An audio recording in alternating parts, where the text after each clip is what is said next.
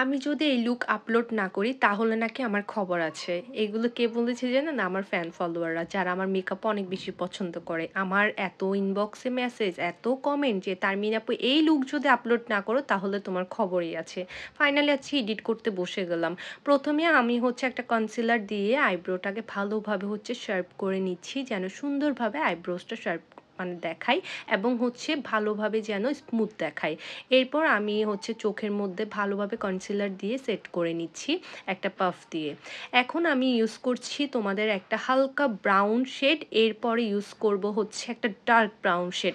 দুটো দিয়ে ভালোভাবে হচ্ছে আমি ম্যাচ করে নিচ্ছি। খুবই সুন্দর একটা লুক ক্রিয়েট করব যেটা হচ্ছে ওয়েডিং গেস্ট মেকআপ লুক, এবং সাথে তুমি চাইলে একটা সিম্পলের মধ্যে ব্রাইডাল যদি লুক নিতে চাও সেক্ষেত্রে তুমি চাইলে এটা চেষ্টা করতে পারো। এরপর আমি কনসিলার দিয়ে সুন্দরভাবে হচ্ছে আমি কাট ক্রিয়েস করে নিলাম। একদমই লাইট কাট ক্রিয়েস করেছি যাতে হচ্ছে একদমই মানে বোঝা যায় কাট ক্রিয়েসটা। এরপর একটা হচ্ছে গোল্ডেন কালার গ্লিটার দিয়ে যে কাট ক্রিয়েসটা করেছি ওই ক্রিয়েসের উপর আমি অ্যাপ্লাই করে দিয়েছি। এখন হচ্ছে একটা হোয়াইট কালার শিমার দিয়ে আমি ইনার কর্নারে অ্যাপ্লাই করলাম। এখন অ্যাপ্লাই করছি তোমাদের ফেভারিট আইলাইনার। আইলাইনারটা আমি সুন্দরভাবে সেট আপ করে হচ্ছে ল্যাশ লাগিয়ে দিয়ে নিচের পার্টে হোয়াইট কাজল অ্যাপ্লাই করছি। হোয়াইট কাজল লাগালে চোখটা অনেক বড় দেখায়। এরপর অ্যাপ্লাই করছি মাস্কারা। উইথাউট মাস্কারা তো কখনোই একটা মেকআপ কমপ্লিট হয় না।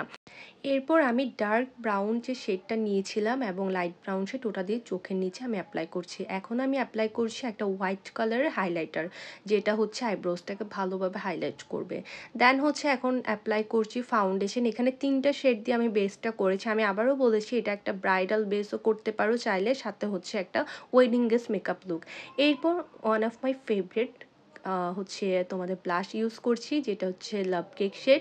এটা অ্যাপ্লাই করার পর এত সুন্দর লাগে, মানে কি বলবো, আমার খুবই পছন্দের পার্ট। তারপর ভালোভাবে এটাকে ব্লেন্ডিং করে নিচ্ছি যেন স্কিনের সাথে ভালোভাবে ব্লেন্ড হয়ে যায়।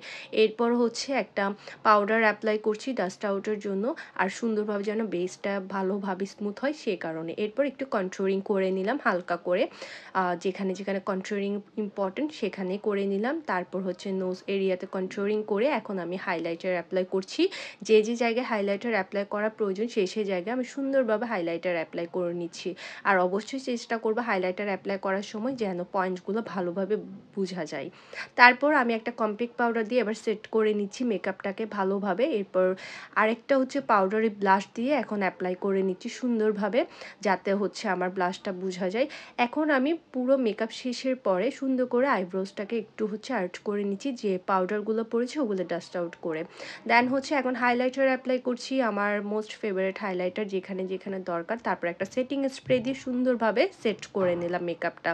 তারপর এখন ইউজ করছি হচ্ছে পিঙ্ক একটা শেডের হচ্ছে হাইলাইটার, যেটা হচ্ছে একটু গ্লো দিবে স্কিনটাকে। এখন আমি হচ্ছে লিপটাকে ভালো করে একটা ব্রাউন কালার শেড দিয়ে, ডার্ক ব্রাউন কালার শেড দিয়ে অ্যাপ্লাই করে নিলাম।